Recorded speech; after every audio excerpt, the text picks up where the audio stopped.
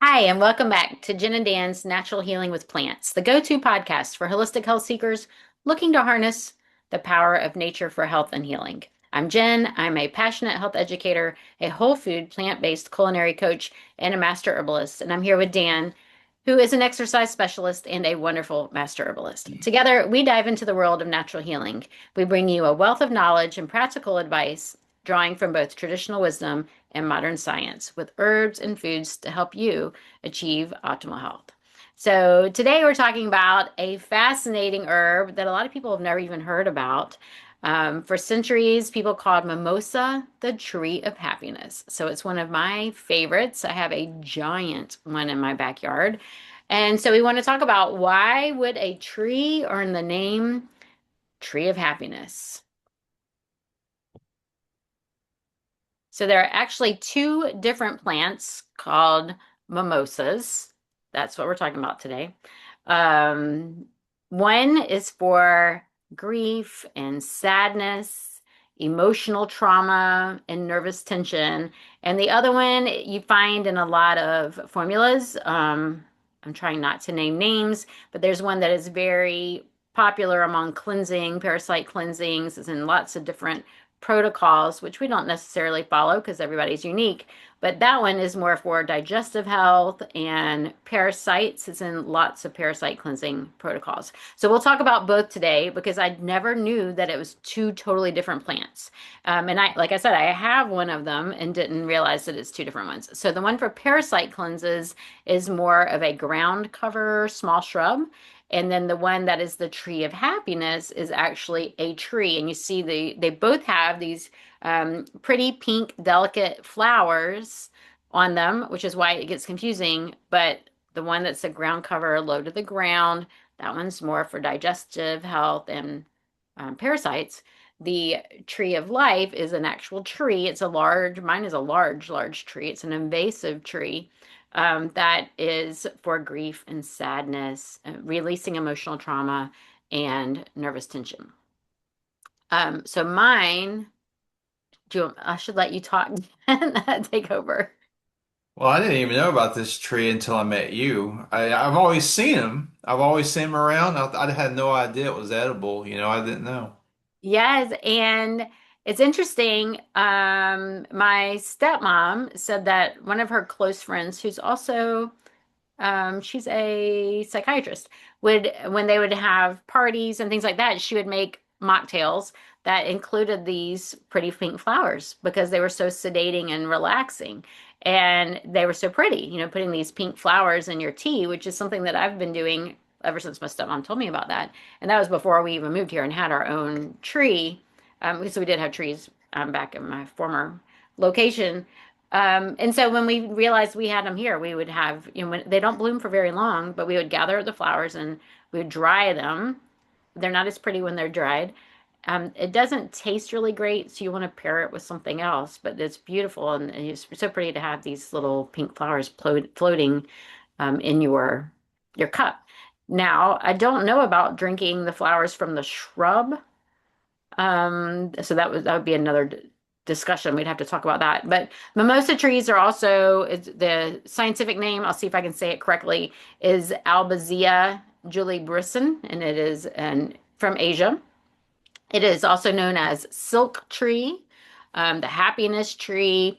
And I have used it. So I talked about the flowers, but I usually use the inner bark. And so the best thing to do is like cut off a branch and then you peel the branch and then you cut out almost like a tongue depressor, that white inner bark. And that's what you use to make tinctures out of. So I usually will save the flowers, dry the flowers, use them fresh when I can, dry the flowers for teas, but then I use the inner bark to make tinctures, and they're really great.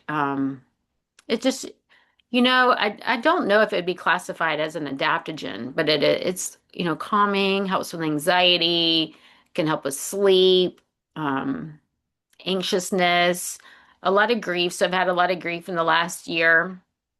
And so I've been using it a lot more often than I normally do. But even just irritability, a lot of I teach Qigong and we talk about um, how we store emotions in the body. And so, when you have a lot of built up energy stored in the heart. We need to release the heart. And it just helps with releasing that energy. And then the other one, the shrub, the ground cover is Mimosa baduca. So you'll see that on supplement labels, especially if you're doing some kind of cleanse. You'll find that a lot. Usually it's the seed of the Mimosa baduca, and it's called the sensitive plant. So both of these, the tree and the plant, if you touch the leaves kind of close, almost like a carnivorous plant. It's not trying to eat anything, it's just protecting itself, and the leaf will close. So it's called sensitive plant. And that happens on both of them. It is native to tropical areas. It's usually used in digestion protocols and with cleansing. So they're not interchangeable, even though the flowers look the same. They are two totally different plants. And I do want to say that so while they use the seeds sometimes in that the shrub one, do not use the seeds or the seed pods of the silk tree, the mimosa tree, because that is very toxic. And so I just want to put that out there. Flowers, inner bark, okay to use in formulas. Do not use the seed pods. Those are toxic. And so I should probably give our medical disclaimer before we keep going. The purpose of our podcast is to educate. We are educators, we are coaches, we are not doctors, we do not diagnose, prescribe, or treat, and we are not telling you to use mimosas, either one, the shrub or the tree. We are just educating you about these and how we use them. So I hand it over to you, Dan.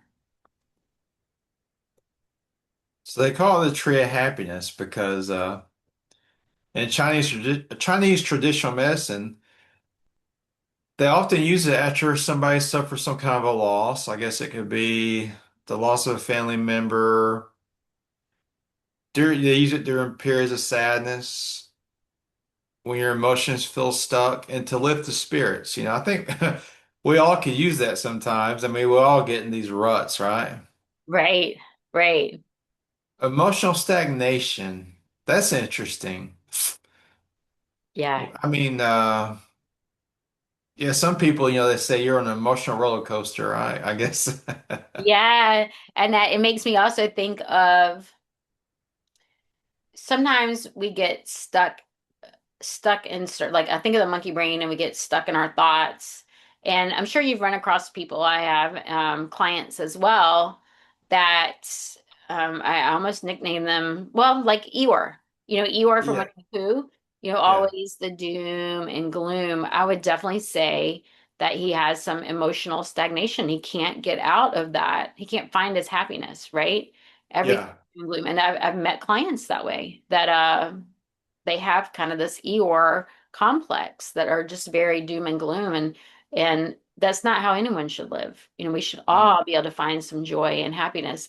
And I'm not saying that an herb can fix that.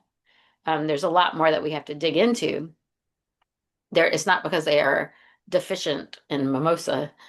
We have to get to the root cause, but it can help with that relaxation and help with releasing the emotions and used as a tool along with other tools to help finding that joy and finding that happiness and releasing the stored grief, the stored traumas and things like that. Yeah, when I was having a hard time, I would use herbs to help me through. I mean, I knew it wasn't going to heal me and my emotions, but Right. it would just take the edge off a little bit when I was working on, well, other things.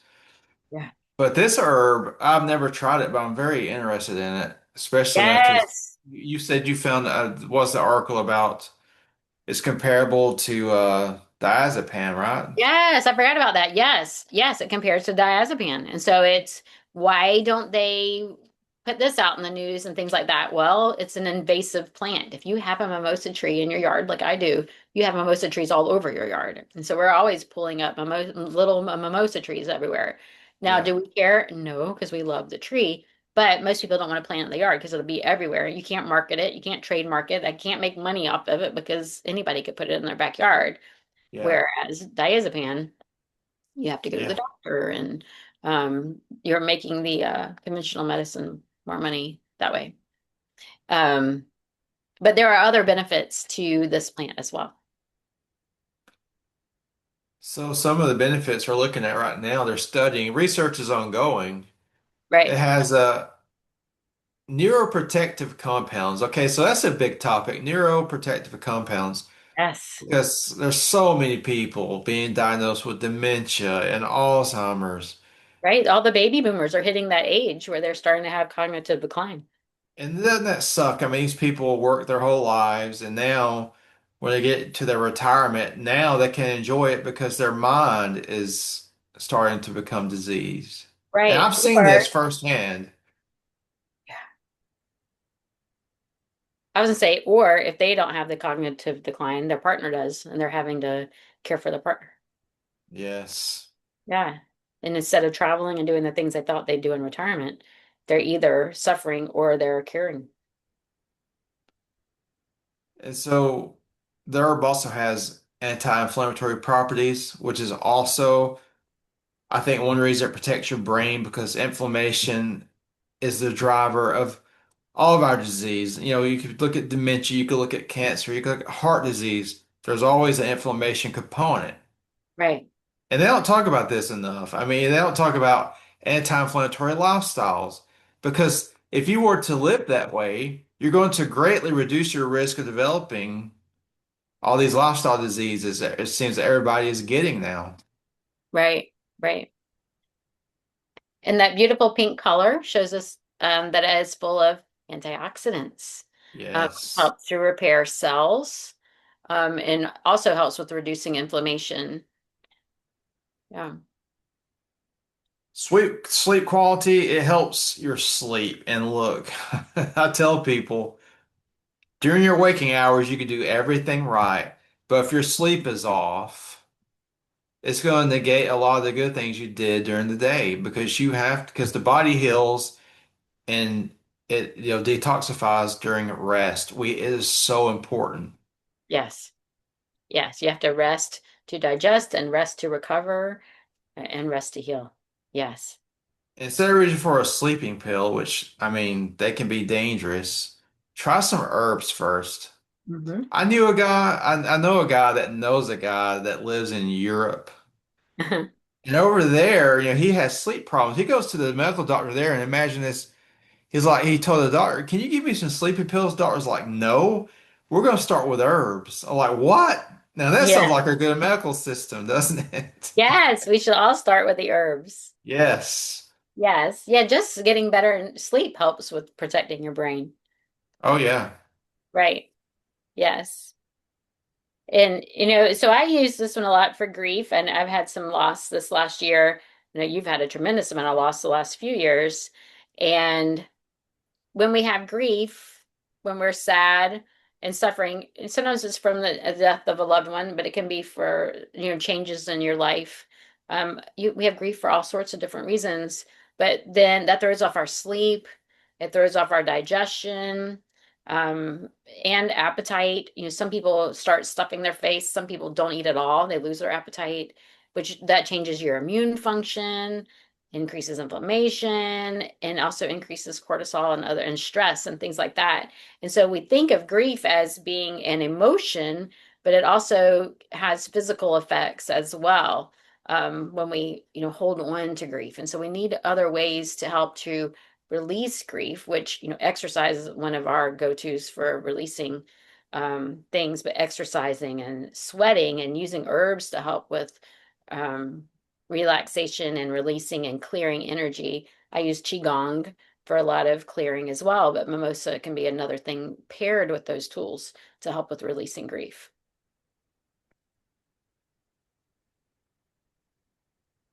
So that's why herbalists they pair emotional support with physical support because again, me and Jennifer are all about not just doing one thing. And I use herbs if I'm having sometimes my anxiety is worse some weeks than others, so I will use herbs to help. But I also compare those with exercise, good nutrition, because think about this, I know Jennifer knows, but if you're having a lot of stress, you need to make sure you're eating because blood sugar can affect your emotions too. So, Right. Right. Yeah, that if you've ever felt hangry, I've definitely been yeah, hangry. oh yeah. Yes, yes. Yes. So let's talk a little bit about Mimosa baduca, which is the shrub. The flowers look the same, but it is used for digestive health, for the microbiome. There's some studies that show that it's also helpful for gut integrity. So I definitely want to dig more into the research for that because coming from an autoimmune side, most of my clients do have autoimmune conditions. There's usually a leaky gut component, which can also affect neuro health as well. And so we want to make sure we're focusing on gut integrity and increasing that mucosal lining to help with better absorption of nutrients and things like that. And so Mimosa Baduca is also found in many parasite protocols. I can't remember what if it is related to the killing off of something or if it's just restoring the gut. So will have to look that up to tell you more about that. Unless, do you know? I'm not sure about that one. Yeah, I just remember seeing, so I did do one of the gut healing protocols. Many of you know, a few years ago when I got back from Europe, I had long COVID.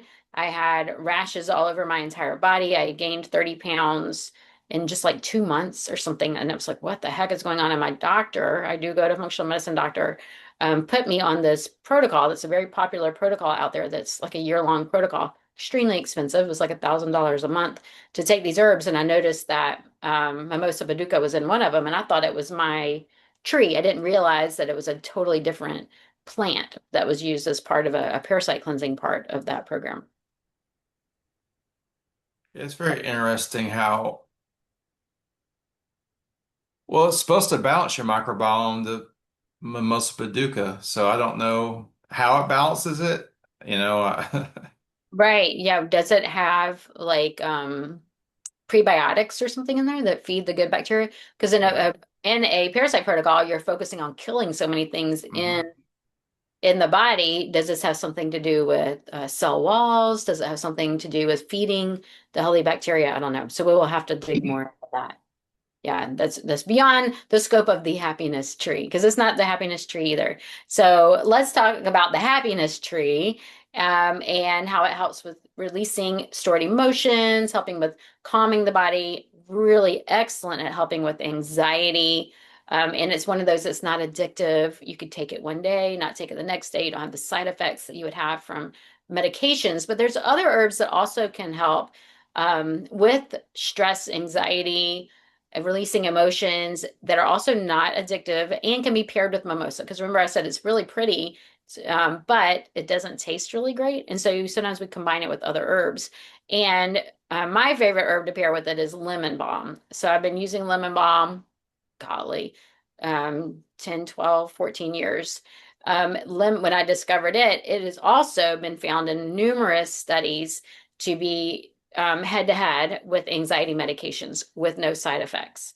It also has a lot of antiviral components. Some people who know that have like cold sores, things like that, they use it for things like that. It's very high in antioxidants, and antioxidants, anti-inflammatory, high in vitamin C. Just wonderful for anxiety and calming the body. So I love to pair lemon balm with mimosa. Another one's passion flower. That seems to be one of my favorites. It Yeah, helps with the monkey mind. It helps with nighttime anxiety because a lot of people, if they're in an anxiety flare, which I call it's a flare, it yeah. can affect their sleep. So passion flower may help you sleep better if you're having anxiety. Definitely. Definitely. Another one is milky oats. And so we don't hear a lot about milky oats, but it is wonderful for burnout, which how many, I think every single one of my clients has had some form of burnout at some point in their life, whether or not it's currently while we're working with them or previously before they met with me. Me myself, I have also suffered from burnout a few times in my life. Nervous exhaustion, and just feeling depleted. You just know you're just so worn out. Milky Oats is wonderful for that. And so pairing it with the happiness tree is fabulous. Another herb is skullcap. I use skullcap and the formulas I make for myself, I always use skullcap.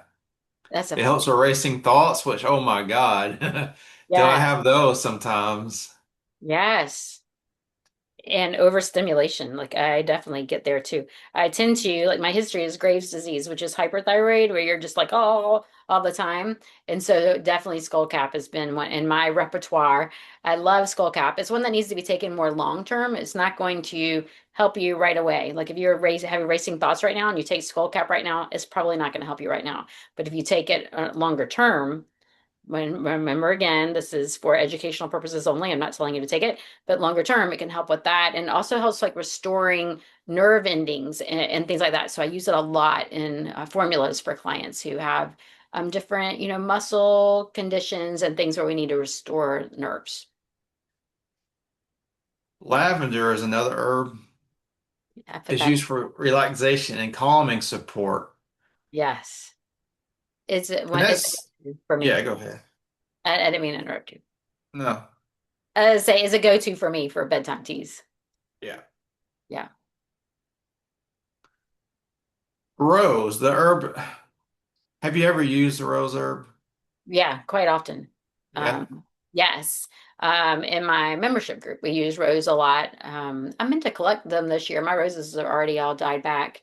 But rose is wonderful for helping with emotions, releasing emotions and calming. It also makes it, well, depending on the color, it can be a nice color. But you do want to be mindful if you collect your own roses, you want to make sure that they have not been sprayed with anything and you don't want them to be too fragrant. It's okay to have a little fragrance, but remember when you're making a tea or something like that, that smell is going to be much more condensed. And so if you collect, like I have these beautiful tiny white wild roses all around the farm, which are hard to pick because lots and lots of thorns, but they're very, very fragrant and it's too much. If you put it in a tea, that's way too much.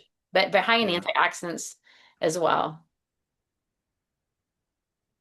Now we usually don't look at hawthorn as a calming herb, but you can use hawthorn during times because of grief, because it helps support your heart. And I've heard some herbalists use it for heartbreak. I don't know. Yeah, yeah. Um, We store emotions in our heart and that oh it's yeah. yeah, we can suffer heart damage if we are holding onto that grief and not releasing it the way we should. And there are other tools we can use to help with releasing emotions and grief. And one that I don't do, but I know is very helpful for some people is journaling. Journaling can be after one family member died, I did do a lot of journaling, and that did really help a lot. And so that's crazy because that was over 20 years ago. So I don't know why I haven't gone back to it, but journaling can be very helpful. Yeah, I just saw a new study on journaling. If you journal a lot, it helps stave off things like dementia. Ooh, handwriting. And think about it. We don't, I mean, do you handwrite a lot anymore? It's mostly typing Yes, now. I'm so old school. I can show you. Oh, you do? That's good. Yes, I still have paper, calendar, and everything else. I'm so old. Of course, prayer and meditation. I always combine those. I think it's good to believe in a higher power. I really believe that. And I don't I do too. push beliefs on anybody, but if you feel like you don't have anybody to depend on except for yourself, I mean, you're always going to be stressed out. If you don't feel like something's watching over you, you're going to feel pretty hopeless. Right. Yeah, that's my source of peace and protection. Yes. Yes. Spending time out in nature. Oh, yeah. Yep. What do they Community. call it now? Nature bathing? Is that Oh yeah, right? yeah. Oh my gosh. That's Something like close. Yeah. that. Why are we Forest bathing, forest bathing. forest bathing? Yes. I was like, you're so close. Forest I bathing. saw an article, Japanese doctors recommend it, and they show people that go camping and spend time in the outdoors, their cortisol drastically drops. Fascinating. I believe it. Like you're just walking on the beach for me. Yeah. Yeah, and when we bought our house, many of you know I moved from the coast to the middle of the state, and I said I have to have water. And so I do like I'm sitting at my table here and I'm looking out at a lake. And so I said I have to live somewhere with water if I'm not at the beach. There's just something about the water for me and trees. I have to see lots of green trees. I couldn't live somewhere where there's not a lot of green trees. Oh yeah, like Arizona. Yeah, I mean, nice to visit, but no, I need my green. Even when we were in Salt Lake City, I was like, it's not green enough." You know, it helps a lot to have somebody to talk to about somebody you can trust. It could be a friend, Yes. husband or wife, but a grief counselor, but just talking about what's going on and emotionally, it helps so much. I've done that with clients. Well, my mom, sometimes she'll get really upset and anxious. I can just talk to her, Yeah. and within an hour, she's completely back to normal. Yeah, reaching out to someone, having someone you can contact. And if you don't, finding that community. Everybody needs some sort of community. And Oh, if yeah. not in person, maybe it's on the phone or on a Zoom. Hopefully you can do it in person, but like I live in the middle of nowhere, it's kind of hard. Oh, Zoom is such great technology, you know. Right. Yeah, it's great. And exercise, I think on days where I'm not feeling so great, I like to go get on my bicycle. And I have the luxury of having the Ladaga Trail here, and you're riding your bicycle through the woods. Yeah, that's amazing. It helps me a lot. Yes. I remember doing that as a kid. It was the best riding bikes on nature trails. Oh yeah, Yes. Yeah. I love it. Yes, me too. Yes, there are other tools as well.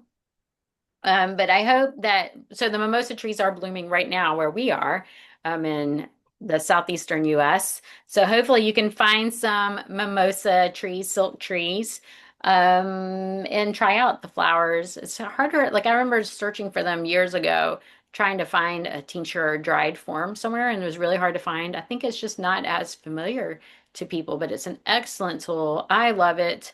If you can, have your own tree, that's fantastic. Otherwise, hopefully you can buy it somewhere and try it out. I absolutely love it. Our goal with sharing this information is not to wipe everything away for you, is to use it as a tool, so that this is something else that can help it, calm. And so do you have to have grief to have it? No. If maybe you just want to enjoy a beverage with your friends and you don't want to indulge in alcohol, having something that is just a little more relaxing, that's going to leave you still, you're still safe to drive. It's not going to put you to sleep and things like that. It's just calming. So for me, I just love it. I love it. But I think we could all use a little bit of calm as well. And happiness tree, bring some joy back into our lives. But thank you for joining us today on this episode of Natural Healing with plants. To find out more about Dan, you can go to danthenaturalman.com. To find out more about me, I'm at holisticjen, holisticjen.com. We both work with clients one-on-one and more. Reach out. We'd love to hear from you. Hit subscribe. Share this episode with someone that you know who could have a little bit more relaxation and joy in their life. Until next time, we love to hear from you. We'll see you next week.